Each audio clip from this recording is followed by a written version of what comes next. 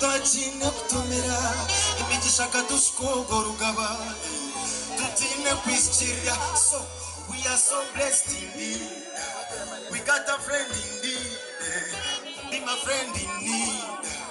I'll be your friend in need. Tukozeze mikono no mtwabare turwani sobchene bwanchakare nuturugari mwe. Respect everyone.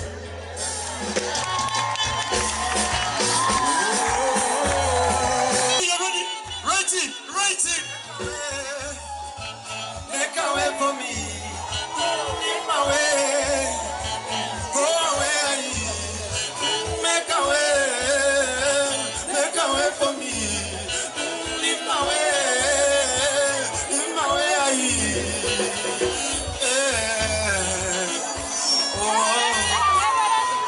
Nibakunda mnuga.